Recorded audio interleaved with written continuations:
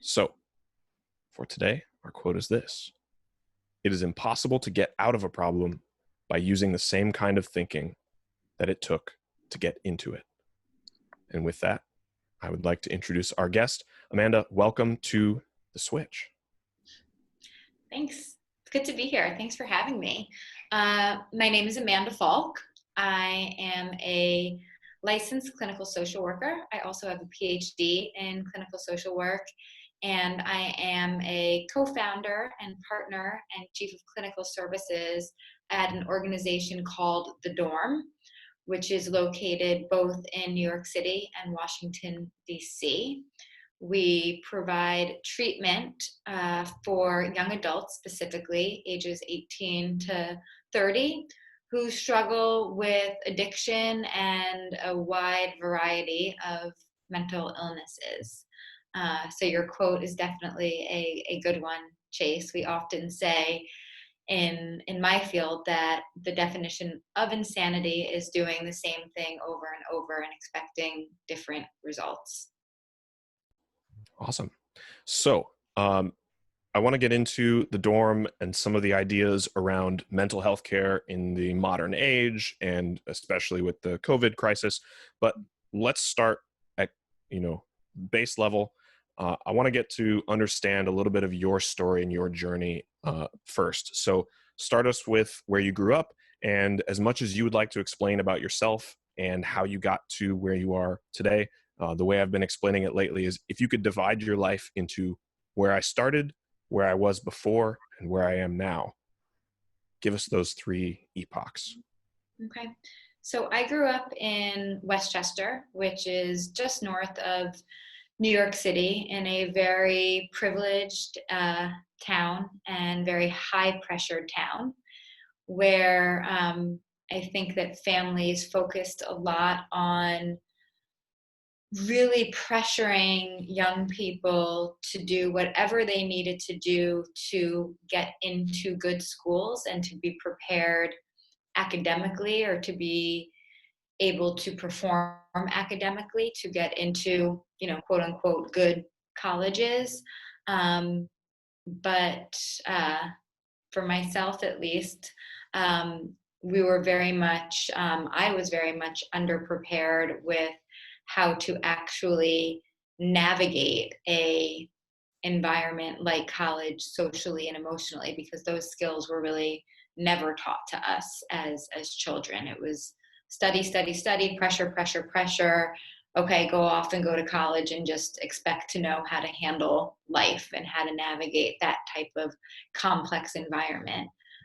So by the time I got to college, I was pretty deeply lost in terms of uh, any type of an identity formation, emotional literacy, even, I had a great amount of friends, but I think that I was ill-equipped with skills to navigate maybe challenging social situations, and as a result turn to things that are not the healthiest to help me navigate those situations. uh, as a result, I ended up needing help from a variety of different types of mental health and substance use treatment providers as I navigated later adolescence, early young adulthood. And, I was luckily able to get through that hump and come out the other side with a passion and a deep personal interest in helping others the way that certain people had helped me through a really challenging and difficult time. And that's sort of what brought me into the field of mental health counseling and therapy, psychotherapy. I understood that I needed to do a good amount of work on myself before I would be ready to help other people. And I made sure to take that time to work on myself.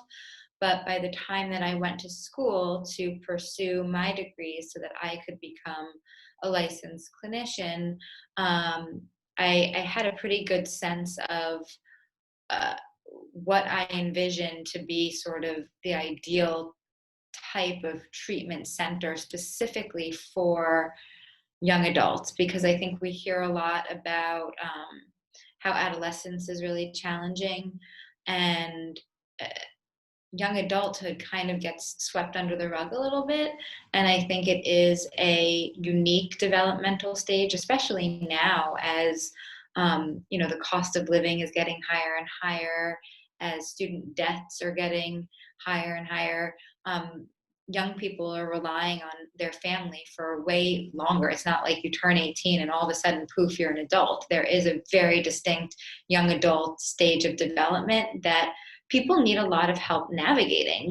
You graduate college and you sometimes just don't know what to do with yourself, or you're in college like myself and really ill-equipped to deal with it.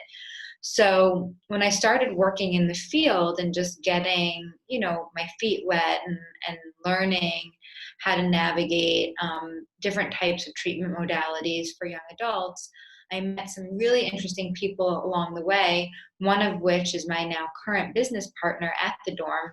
And what we envisioned was creating a really unique treatment model, which wasn't quite inpatient residential treatment, but was way more intense than your classical outpatient treatment, and where you're not just doing individual therapy, where there's also a ton of group work, a ton of opportunity for socialization, for community with other young people who are struggling with similar things as you are struggling with, and where there's a lot of focus on skill building, whether that's academic skill building, independent living skill building, but these basic things that don't necessarily get taught to young people anymore as they're growing up. And that's sort of what brought me to where I am today. One of the things you mentioned was, there was a moment where you said, I needed help. Mm-hmm. What do you think, and you don't have to necessarily, describe a specific story or instance, but what do you think it was in principle that changed your mind between whatever your mindset was before, whether it was I can handle this, or I don't need help, or just being unaware that help was an option, to that specific mindset of, okay, I actually need help. I need an external source to, help me handle anything. Mm-hmm.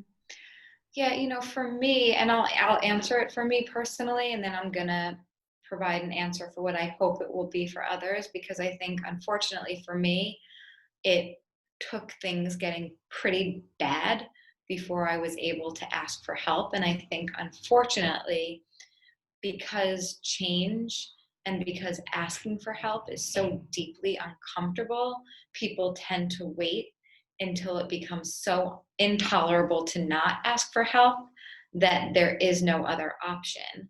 I remember in one of my first classes in social work school, my professor was talking about change and why change and asking for help is so hard. And at the beginning of class, she asked the people in class who were either wearing a watch or wearing a ring to take that watch or ring off and put it on the opposite hand and just sit there, and asked us what we felt. So if anybody here is wearing a watch or a ring, I would invite you to do the same. And what you feel when you take off a watch that you always wear on the same hand and put it on the other hand is that it feels icky. Like, it just doesn't feel good. You want to put it back where it belongs. And that's just a minor example of a small change. Switching a watch from one hand to the other feels deeply uncomfortable. Imagine trying to make a bigger change, like asking for help because you're feeling depressed, or because you're using substances, or because you have an eating disorder, whatever it may be. Change is hard, and it's hard to ask for help. So unfortunately, it had to get pretty bad for me. When I work with young people now and their families, what I try to tell them is, we can look at I think this concept of hitting rock bottom before you ask for help or will be able to get help is a dangerous concept, because for some, rock bottom is death or jails or institutions. So if we look at asking for help and we look at an elevator metaphor, if you're on an elevator and you know the elevator is going down to the basement and you're on the 8th floor, you don't have to wait for it to hit the basement before you get off. Get off at the 4th floor, get off at the 5th floor before things get so bad. And my job is helping young people to accept help at the 4th floor versus waiting for them to hit that basement level. That's an awesome metaphor. The other thing that sort of caught my attention about what you had said was you realized you needed to work on yourself before you could help others. Can you talk a little bit more about that? What does that mean? So in the helping professional field, especially in the substance use and addiction field, we see a lot of what we call wounded healers. A lot of people who are therapists have experienced some type of mental health or substance use issue of their own. And that's kind of unique to this profession, I think. You don't necessarily get a lot of neurosurgeons who say, I decided to be a brain surgeon because I had brain surgery done on me when I was 5. Some do, maybe, but it's not as common. Some research shows that as many as 60 to 70% of people in our field will identify as a wounded healer.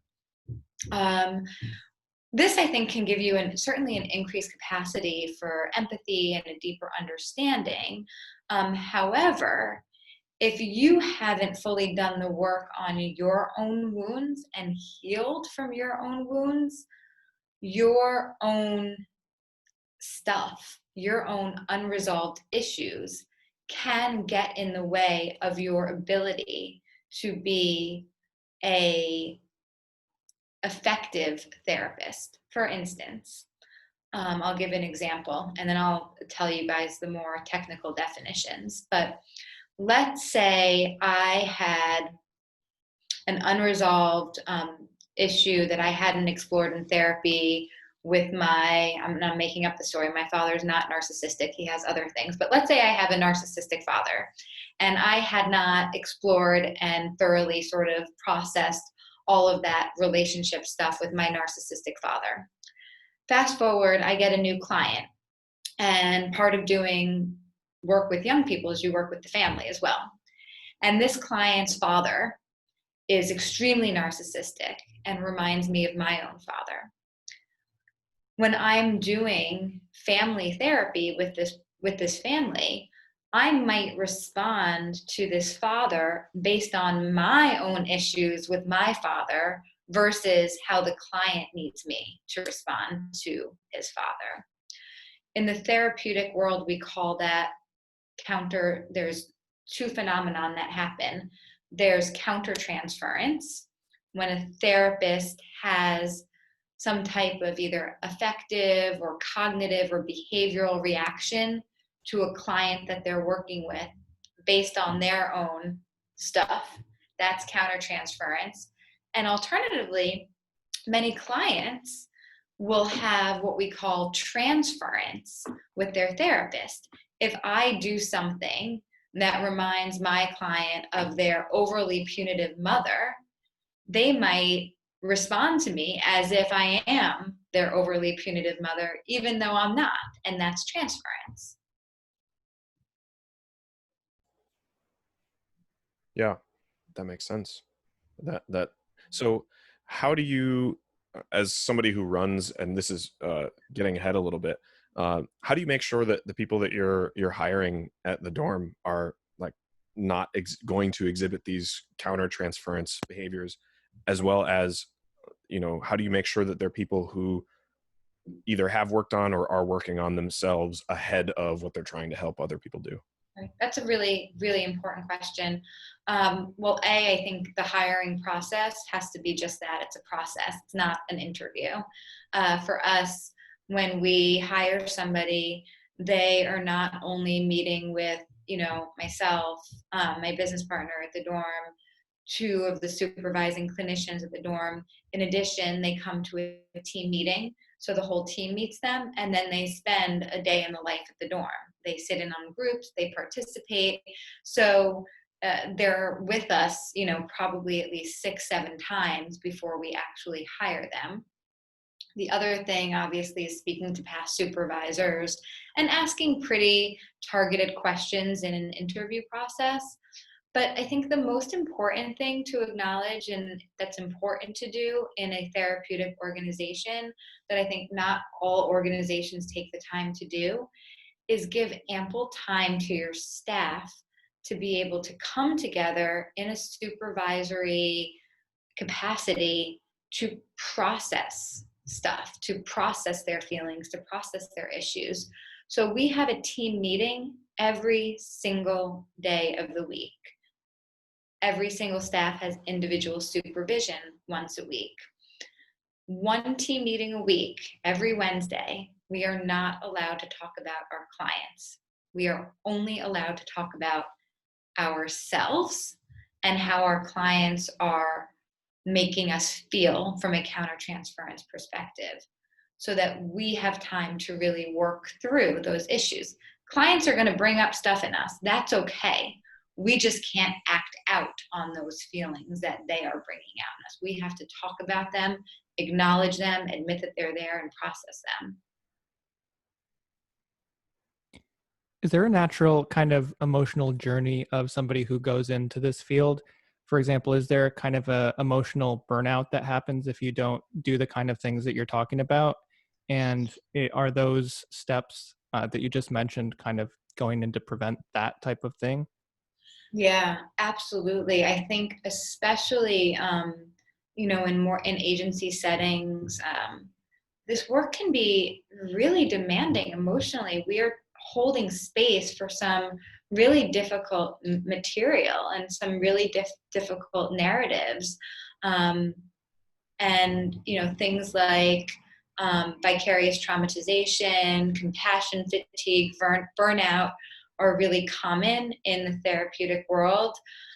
I will always say to my staff and to people that I supervise that, when you're on an airplane and it's the oxygen is low, and the flight attendant will always say, if you're traveling with children, put your mask on first and then put your child's mask on. And the reason they say that is because if you're not getting enough air, you're not going to be able to put your child's mask on anyway. And it's the same thing in the therapeutic field. We have to take care of ourselves so that we can be more effective as therapists. So doing regular supervisions, having daily team meetings, and then each therapist really needs to work on their own personal, self-care strategies, whether that's, some people are into meditation and mindfulness and yoga. Other people like, kickboxing and weightlifting, but we need to take care of ourselves. Yeah, 100%. Yeah. So the next thing that I want to ask about is the dorm specifically. So you had said you had this vision for the ideal treatment center for young adults. What is it that young adults need that's different than other age groups? And how did you approach that in co-founding the dorm? Mm-hmm. So young adulthood is tricky because, at least for the population that we work with, when you turn 18, you're legally an adult. But for many 18-year-olds, they are still, I would say 99% of the 18-year-olds that we work with are still very much financially and emotionally dependent on their families in some way, shape, or form. And in a lot of instances, the stuff that's going on within a family system is either contributing to or helping to maintain the problem behaviors that the young adult child is experiencing. So we wanted to create a program that included the family, because it's not just the young adult that needs to make changes and do the work. the parents also often have to do a whole ton of work and make a lot of changes in the way they communicate, the way they lay boundaries. So we wanted to have a lot of family involvement. But we also wanted to create a space where clients weren't just coming to therapy and then leaving. We wanted a space where they could truly come and find community. When you're 18, 19 years old and not doing well in college or needing to leave college because of your depression or your anxiety, it can feel like you're the only one and you're a failure. And how come I couldn't do this when Bobby, Sue, and Jane are all doing great from my high school? They're calling me from this college and they're pledging this fraternity, or they're in this club or this sport team. So we wanted to create a space where they could really rely on each other. A lot of outpatient programs tell their clients, when you're here, you can talk to each other, but don't exchange phone numbers. Don't be friends outside of here. That's not something we recommend. We actually do the opposite. We really encourage them to have community, and we really encourage them to have friends, because the friend group is such a powerful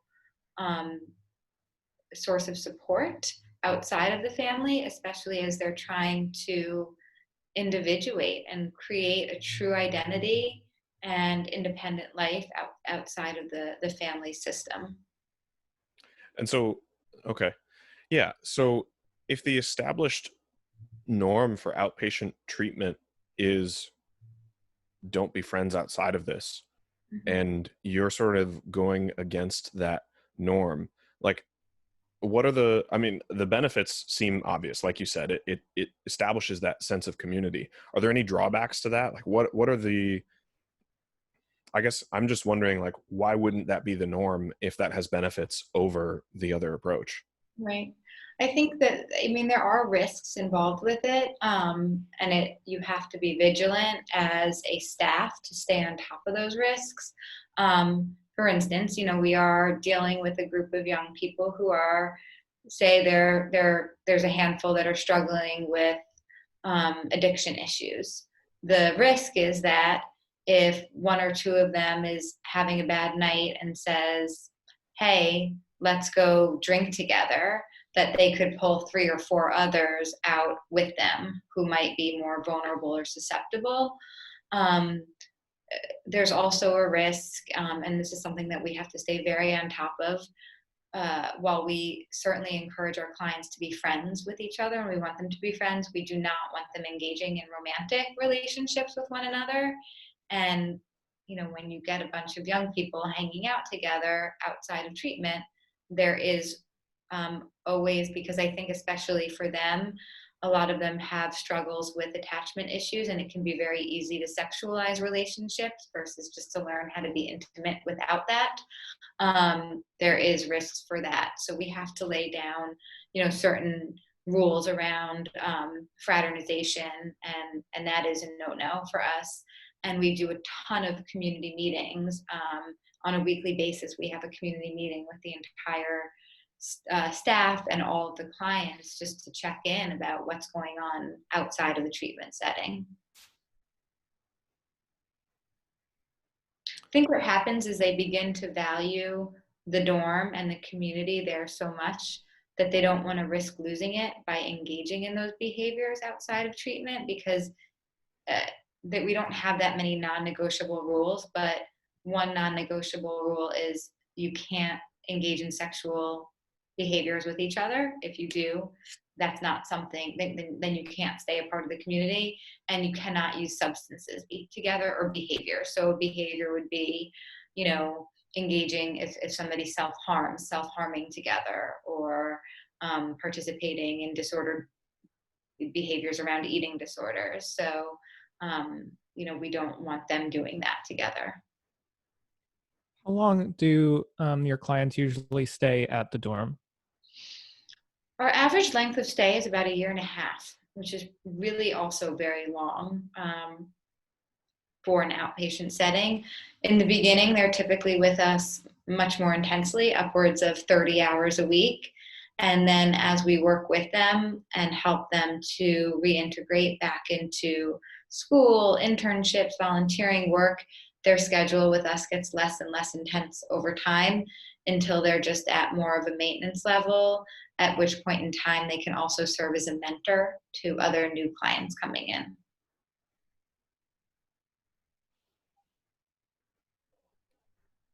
So, what does the dorm do in terms of like, I mean, this is a fairly, it seems novel and I want to say like 21st century approach to mental health care.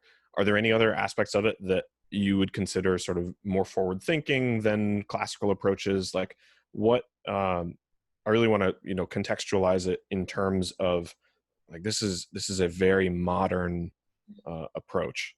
Mhm. What other aspects are like that? So I would say there's two things that I think that we do that are a bit different. One is that every client that comes into us gets a therapist, but in addition, they also get a coach. Their coach is a licensed clinician, but the coach is playing, the therapist in that case is playing a coaching role, which means they're helping the client to begin to look at, what do you want your life outside of treatment to look like? Do you want to go back to that college that you were at, or did you just kind of go there because that's where your parents wanted you to go? Do you really want to be working in that field, or is there something else that you would like to explore? Helping them find volunteering jobs, helping them with organization or time management or budgeting. Those are very concrete coaching things, that skill building that they had missed out on. In some more out west, you see a lot of coaching going on and more of a coaching model, but the coaching is done by people who are not licensed clinicians. And we have purposefully decided that we want to use licensed clinicians in that role, because we've found that sometimes in doing those tasks, like helping somebody learn how to budget or how to organize a calendar, sometimes it is in those precise moments that the most therapeutic opportunities arise. So we really want a therapist to be playing that role. Another thing that we've done is we've decided to integrate into our treatment program health and wellness activities that are very much part of the daily schedule. So on a daily basis, we always have an opportunity and a group for either mindfulness or meditation. We always have a group for yoga, and we always have some type of physical exercise group. We feel that doing these activities, these health and wellness activities, are vital to the therapeutic process and it can profoundly help with symptom management and mitigating symptoms of a variety of different mental illnesses. Yeah, I wrote down mind body. One of the things that I've definitely experienced on my own side is that, like, as far as my own mental health, like, of course there are things that you can do that help, like therapy and things like that, that across my journey have helped. But one of the staples of maintaining mental health, in my case, has always been making sure that uh, my mind and body are sort of a connected thing. Like, I started meditating, always been into athleticism and exercise, and keeping those things up is just a foundational tool in the mental health toolkit. Do you think that most people in the therapeutic space nowadays sort of understand the mind body connection, or do you think that there are people still entrenched in, the mind and body as sort of very separate things? I think that by and large in today's world that the therapeutic industry understands the connection. Whether or not they're providing those services all under one roof is a different story. Yeah. So it might be that I think a lot of places will certainly suggest and work with their clients during therapy on making a plan to go to the gym that week, or saying, why don't you download this meditation app? You know, that might work with a certain type of client who's more motivated and maybe not as experiencing a high degree of symptoms. But for somebody who is struggling a lot more, or maybe who isn't as motivated, they're not just going to go to the gym. The gym kind of has to come to them in order for them to be able to truly access it and then start feeling better. And what our hope is that because we're providing it under one roof and they're already there and they're experiencing the benefits of it, and it's making them feel better, that they then say to each other on a Sunday afternoon, hey, remember how good Flo's yoga class was at the dorm on Thursday? Why don't we go try yoga for the people today together? And it helps them to then begin to want to access it in the outside world. But it's much easier for them to do it when it's all under one roof. I think it's really interesting, also the community aspect you guys have. What do you think the role of peers is in somebody, recovering from mental health or becoming, the fully actualized version of themselves that they're looking to be? Mm-hmm. Oh, I think it's in this age group especially, it is, invaluable. I don't think that enough value can be placed on it. We get, I would say, if I had to break it down, I would say 90% of the clients that we get don't walk into the dorm saying, hey, Amanda, I'm so excited to be here. I really want help. I was telling my parents how much I want them to let me come to the dorm. It's usually, I don't want to be here. I don't have a problem. My parents are making me come. I hate you all. This is going to be the worst experience of my life.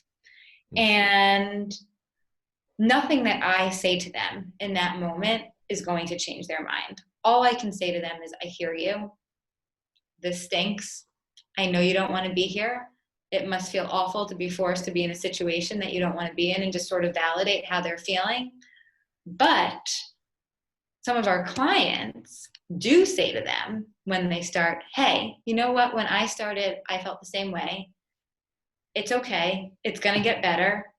I actually like it here now. And they will listen to their peer say it. They won't listen to me say it, but they will listen to their peer say it. The other place where it's so, so important, I think especially, is with our substance using clients and our substance abusing clients. We are a substance-free, abstinence-based facility. So when we come to them, when they come to us, we drug test them. They're no longer allowed to use substances because using substances has not worked for them in their lives. It's caused a lot of problems. And being 18, 19 years old in the city and not being able to smoke pot, drink, do the other things that they were doing can feel like it is the end of the world as they know it. How am I going to have a social life? How am I going to have friends? What am I going to do on my weekends? This is what kids my age do. When they have each other and they learn that they can have a social life, the young people's sober network and sober community in a place like New York City or Washington, D.C. is tremendous. They have sober ski houses. They do sober boat parties for July 4th, probably not this year because of COVID-19, but there is a huge social network. So they don't have to give up their social life. Their social life just looks a little bit different. And people aren't going to stop using substances if it means they have to sit at home being bored doing nothing. We have to be able to give them something fun and something to look forward to replace it with. And that is what the community provides for each other. Yeah, it almost seems like it's the very young adult focused version of some of the benefits you might get from something like AA or NA, where there's a community, there's other people helping with the support, and you see that you're not alone, other people can do it, and it's not the end of the world. Right. We do espouse, we are huge believers in 12-step communities for that reason, and a lot of our clients will go to those meetings together. They're scared to go by themselves for the first time, but they will go with one another and make friends and then join that community, because the dorm is temporary. Nobody should be in with us forever. We want to help them find their networks and find their communities outside of the dorm, but sometimes they just need to practice. Like, we're like a little laboratory to practice making these connections, to get confident in making these connections, and then they can take that experience and bring it with them to the outside world. Yeah, that makes a lot of sense.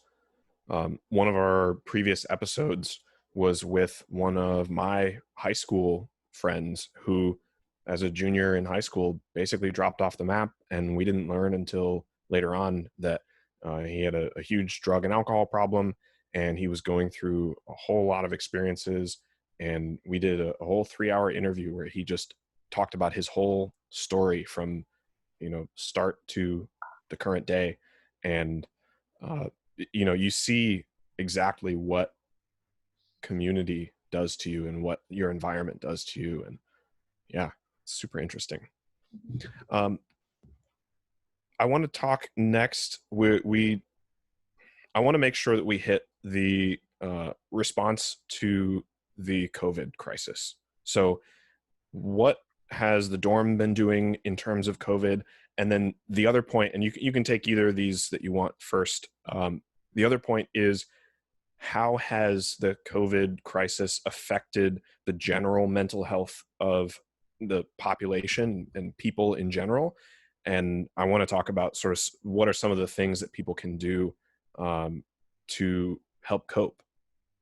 Yeah. So,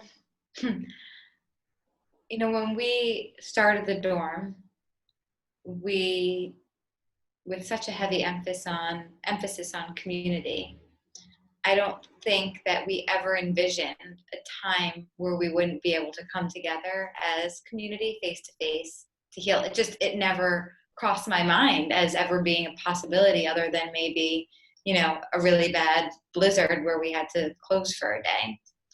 So I would say late February, when we began to sort of see the writing on the wall and what was going to end up happening with COVID-19, and anticipating that things were probably going to need to shut down, we really sat together as a leadership team with, some of the directors and the supervisors and operations, myself, my business partner, and we tried to comprehend a way that we could take what we were doing on a daily basis. We have about 11 groups a day on a daily basis that run every single day of the week, and countless individual sessions. And then our clubhouse is open from 9 a.m. till 8 p.m. for clients just to come in and hang out whenever they want.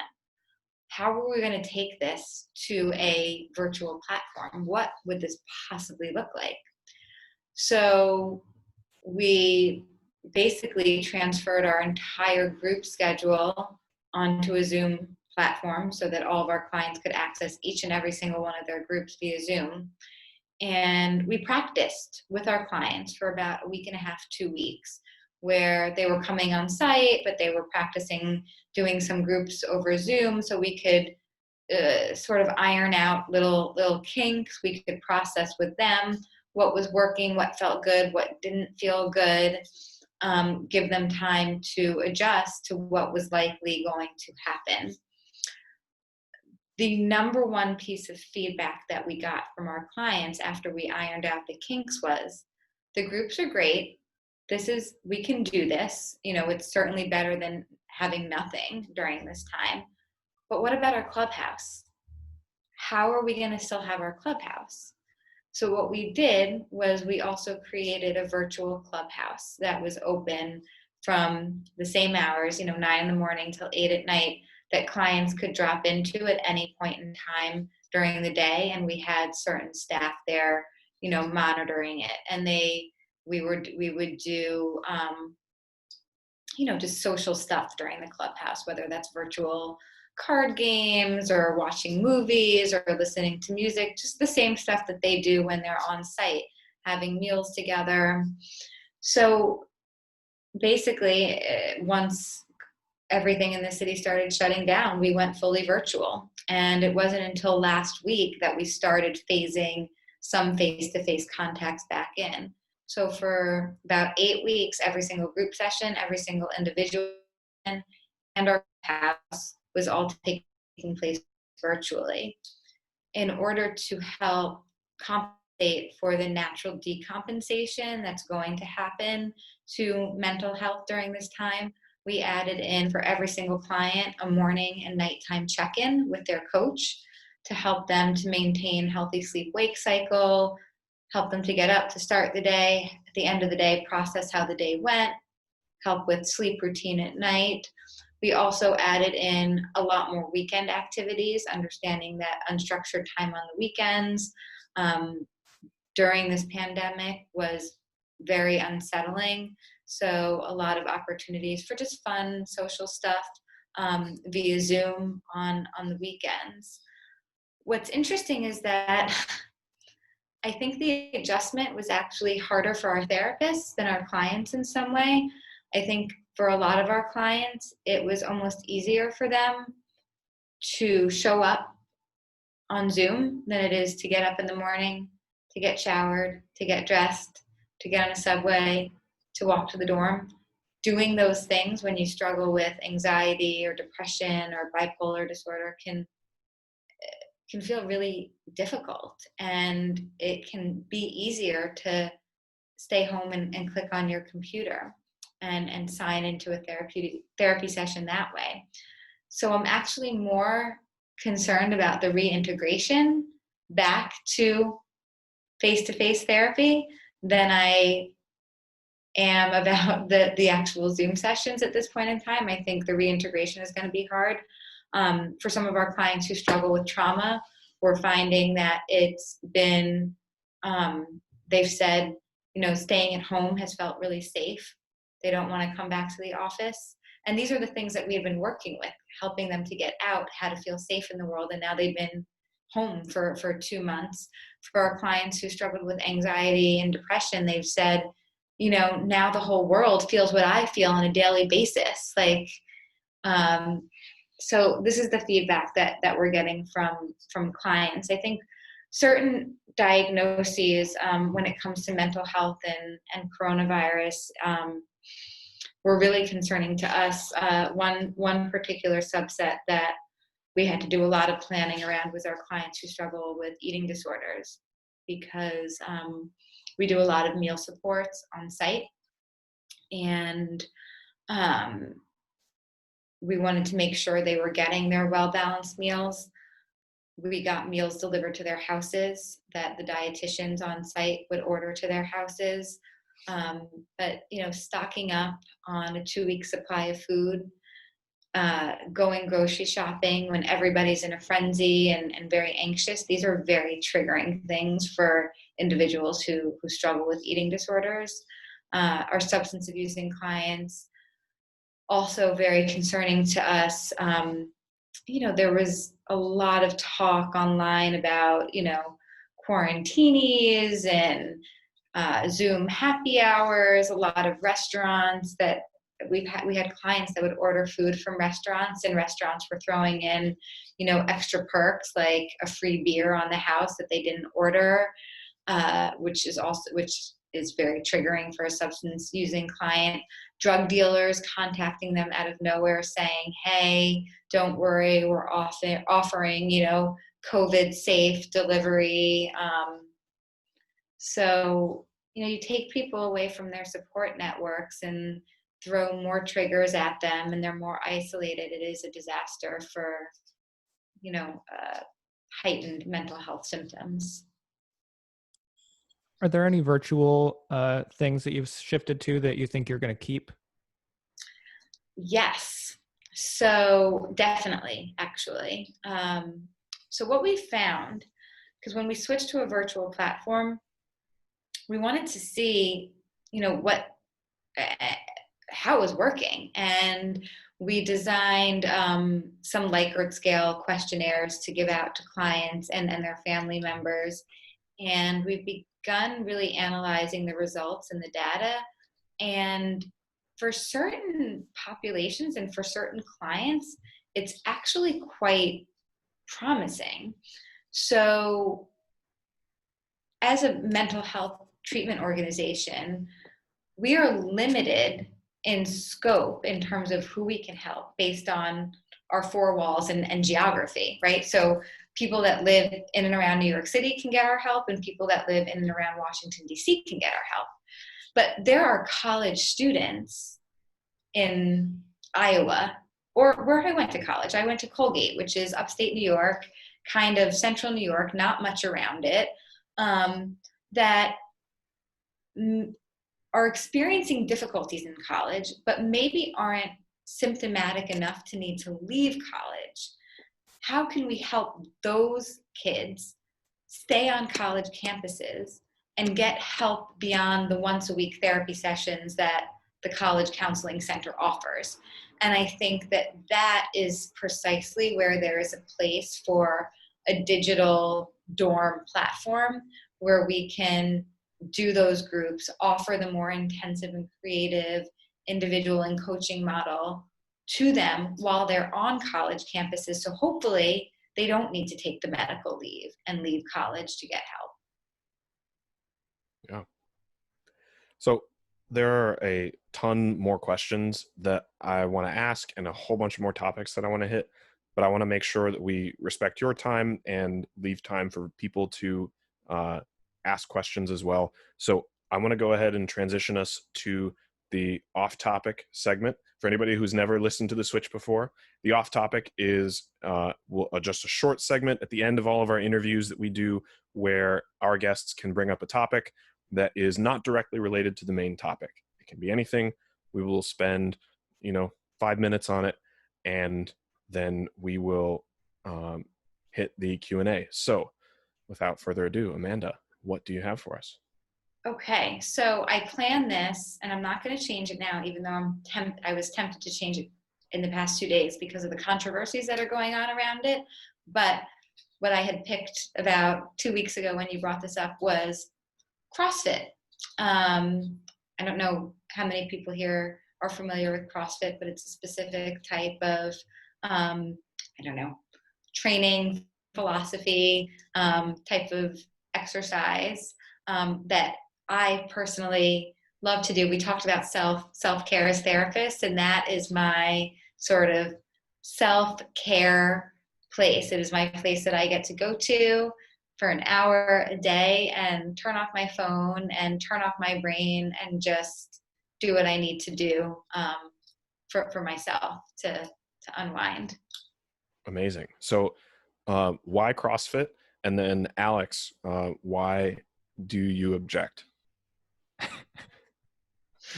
No. So yeah, Amanda, why CrossFit versus some other form of physical, So I love CrossFit because I love being able to go into I don't even call it a gym because it's a CrossFit box where it's not about, there's no mirrors. It's not about, how you look. There's community. It's about community. It's about cheering each other on, helping each other to be better. And it's about being your most powerful self in mind and body. That's what it means to me. Nice. I've never done CrossFit proper. I've done the occasional CrossFit workout. The stuff that I've been doing for the past 3 or 4 years has all been like rucking with GoRuck and like sort of the functional style stuff. It usually has some crossover with the CrossFit community because a whole bunch of the training for GoRuck and some of the endurance challenge type things is basically just CrossFit training. But I've never done CrossFit proper. Alex, do you have anything to say about CrossFit? Oh, I love CrossFit. Okay. I don't, yeah. No, I'm a numbers person, so I like the numerical progressive overload techniques with just weightlifting. But I mean, the training I've been doing since my schedule got busier is basically CrossFit just on my own. So, but Nice. I agree. I think that community aspect of exercise is super important in college when Chase and I were in music school. it was really helpful for me to get away. And a lot of us have disciplines or jobs where we sit all day, and they may be kind of mentally draining or emotionally draining, but physically not at all. And to go there and just kind of get that physical energy down to where all the rest is a much better night of sleep. And I feel just more balanced overall. So Are there life lessons that one can pull from CrossFit? I mean, I like, for me, the term efficiency, being a mother and a person who, a working mother who really values, my job and is passionate about my job. I try to be as efficient as I can in each thing that I do so I can get it done. Efficiency means getting it done the right way, but also quickly. And in CrossFit, in order to be fast, you have to be efficient. You have to get from, shoulder to overhead efficiently and quickly, because mostly things are for time, but you don't want to get hurt. So you have to do it the right way. Yeah. Yeah. I think that applies to a lot of self-care type of activities.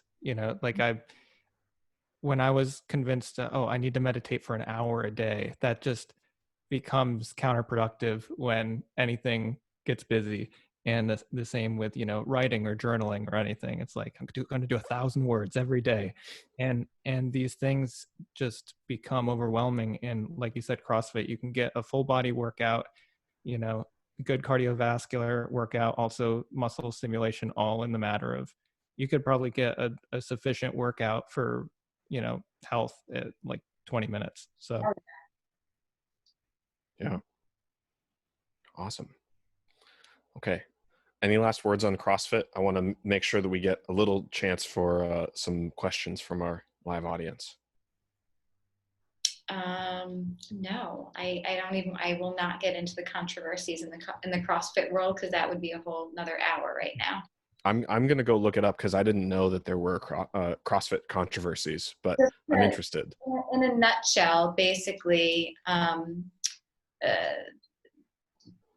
the head guy at CrossFit HQ made a statement that was extremely racist, like just very tone deaf. And as a result, effective today, I think basically every CrossFit box in New York City has announced that they are de-affiliating with CrossFit because they don't stand by that. And I think even Reebok made an announcement that they will no longer host a CrossFit Games because they will not align with that type of rhetoric, which is great. It's a wonderful thing. I'm really proud that all the boxes are de-affiliating, but CrossFit as we know it might not be called CrossFit anymore because everybody's de-affiliating. Wow. Mm-hmm. Interesting. Okay, I'm definitely going to go look that up. All right, we're going to go to Q&A. If anybody has questions, I think there are already a bunch of questions in the chat, and we're going to have people ask their questions as we go here. But if you do have other questions, feel free to type them. We'll get to as many as we can in the next 6 minutes. So the first that I see is from Kavita.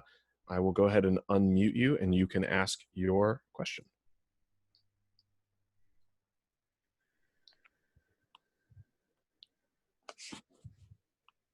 Kavita, if you're there, feel free to ask your... Okay.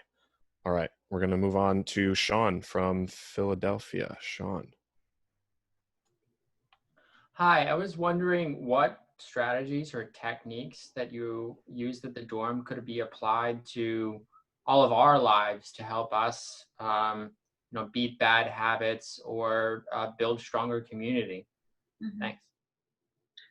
Yeah, I think that when you look at behavioral therapies like CBT, which is cognitive behavioral therapy, or even DBT, which is dialectical behavioral therapy, they're really digestible techniques and therapeutic interventions that even a layperson could go online and look up, cognitive behavioral therapy and be able to digest it and understand it. But when it comes to, I'll give an example. I think that's the easiest way. Say you want to quit smoking cigarettes. From a cognitive behavioral perspective, you would need to identify first what are some of the mental, emotional, cognitive states that tend to cause you to want to pick up a cigarette and smoke. Is it when you're feeling anxious? Is it when you're feeling worried? Is it when you're wanting to celebrate, when you're socializing? And then also look at more concrete, like the behavior side. Are there certain times of the day that you tend to smoke cigarettes? And then you could do things like keeping a daily thought journal and keeping just like in a daily activity log where you begin logging your cigarettes. Was I feeling anxious before that? What time of day was it? Did I just eat?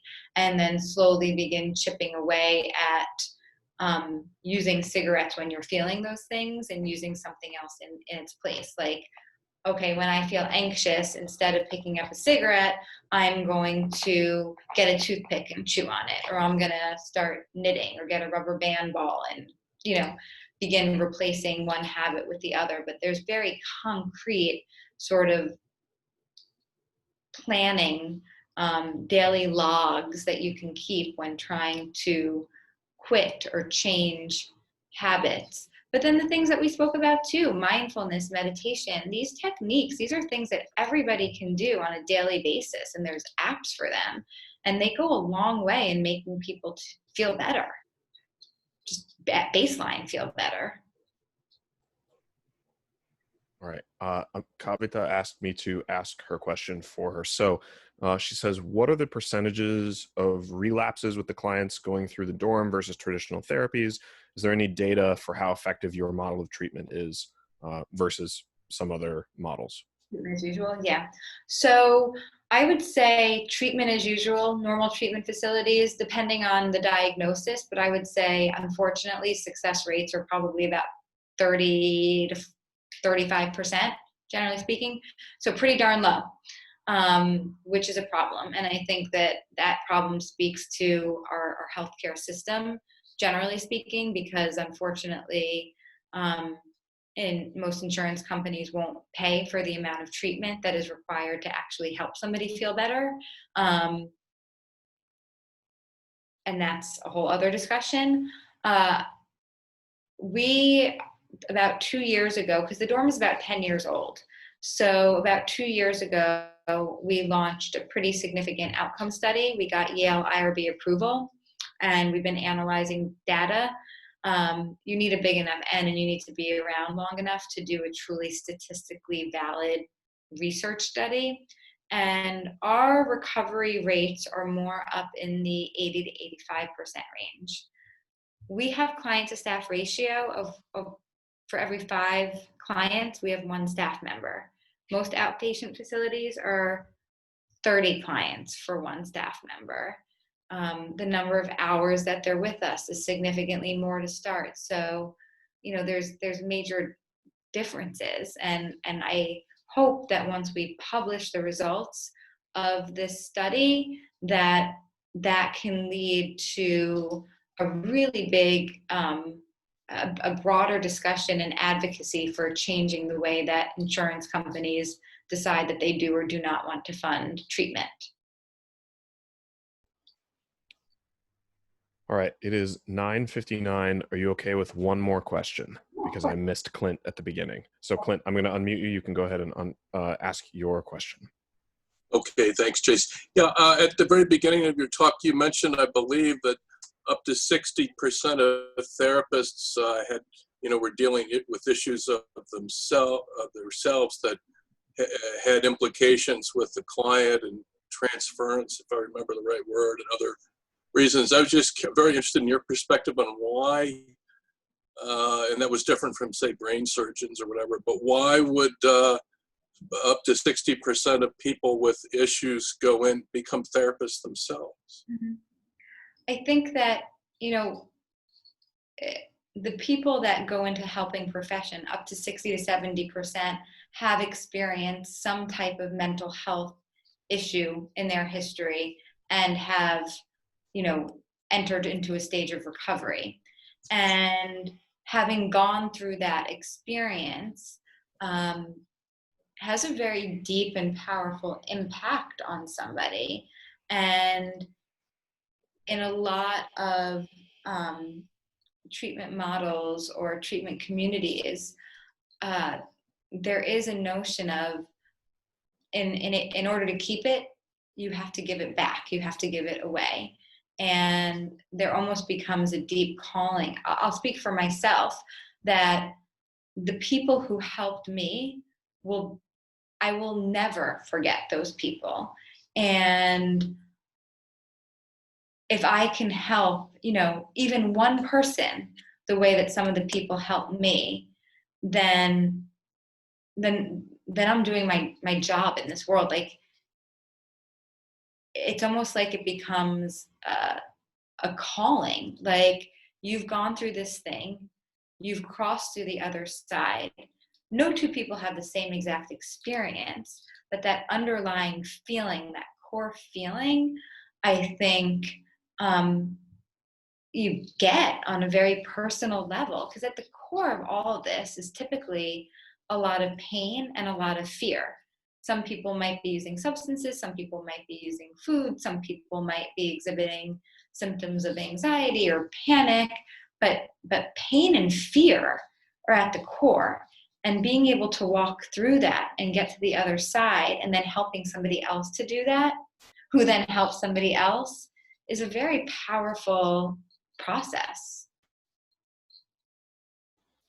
I'm really glad that we hit that question as well, because I think that's a great note to end on.